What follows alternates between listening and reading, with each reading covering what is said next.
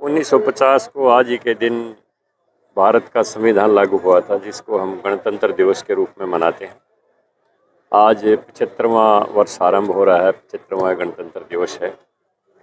इस दौरान भारत ने दुनिया में बहुत कुछ बड़ा करके दिखाया है और ख़ास तौर पर 2014 के बाद माननीय प्रधानमंत्री नरेंद्र मोदी जी के नेतृत्व में भारत ने रक्षा के क्षेत्र में, शिक्षा के क्षेत्र में, स्वास्थ्य के क्षेत्र में, इंफ्रास्ट्रक्चर के अंदर जो नई ऊंचाइयों को छुआ है वो विशेष तौर पर अभिनंदनीय है।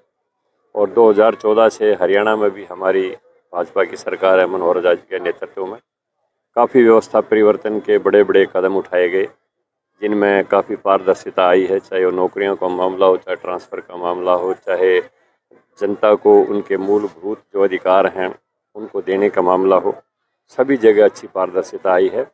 हमारी महिला सम्मान के लिए महिला थाने बनाए गए हैं और ख़ास तौर पर हरियाणा प्रदेश में महिलाओं के लिए पंचायतों में और नगर परिषदों में, नगर पालिकाओं में सीटों की रिजर्वेशन की गई है। तो माननीय मुख्यमंत्री जी के नेतृत्व में हरियाणा प्रदेश में भी काफ़ी नई बातें ऐसी की गई जो अब से पहले नहीं थी। तो मैं कहूँगा कि हमारी चाहे वह केंद्र सरकार है, चाहे प्रदेश सरकार है, दोनों ने ही जनता के हित में, प्रदेश और देश के हित में बहुत ही सार्थक प्रयास किए हैं और सार्थक उपलब्धियां प्राप्त की हैं।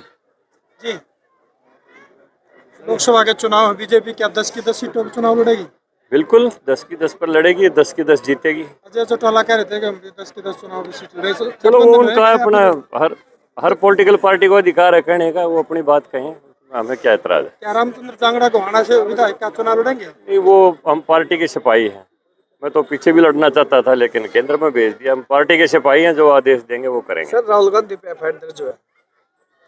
ऐसा है मेरी समझ में, अब तो आईपीसी का जो है ना, इंडियन पेनल कोड का भारतीय न्याय संहिता नाम रख दिया, तो ऐसी कोई धारा नहीं उस पर जो ना लागू हो सकती हो। वो रोजाना ऐसे काम करता रहता है। जिस तरह से अशोक तंवर बीजेपी में शामिल हुआ, इस तरह क्या देखते? निश्चित तौर पर एक अनुभवी नेता है और वो भाजपा को उससे ताकत मिली है और अच्छा काम करके वो दिखाएंगे।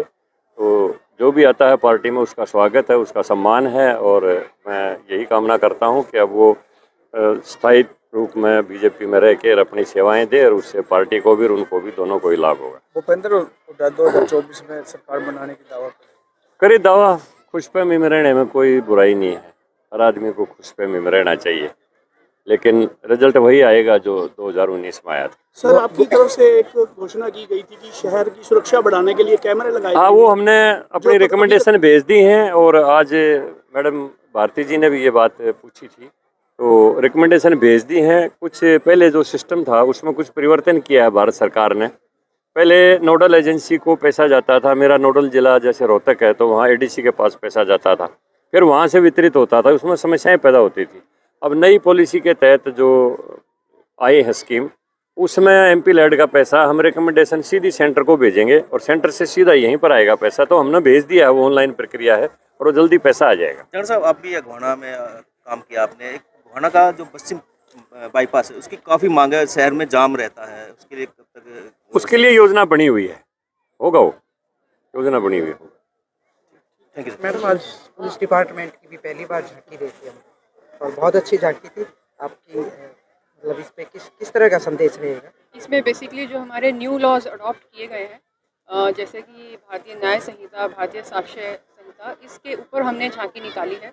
और इसके अलावा हमने जो है 3 और मापदंड भी लगाए हैं। इसमें साइबर सुरक्षा, महिला सुरक्षा और इसमें साइबर हेल्पलाइन 1930 की भी हमने इसमें अवेयरनेस क्रिएट करने की कोशिश की है। साथ ही साथ महिला हेल्पलाइन 1091 और 112 जो हमारा रिसेंटली लॉन्च हुआ था नंबर ERVs का, उसको भी हमने इस झांकी के माध्यम से अवेयरनेस क्रिएट करने की कोशिश की। ऐप को लेके सामान्य तौर पे ना आदमी को पता नहीं होता, या महिलाओं का जैसे, तो उसकी अवेयरनेस का क्या रहे कि हर आदमी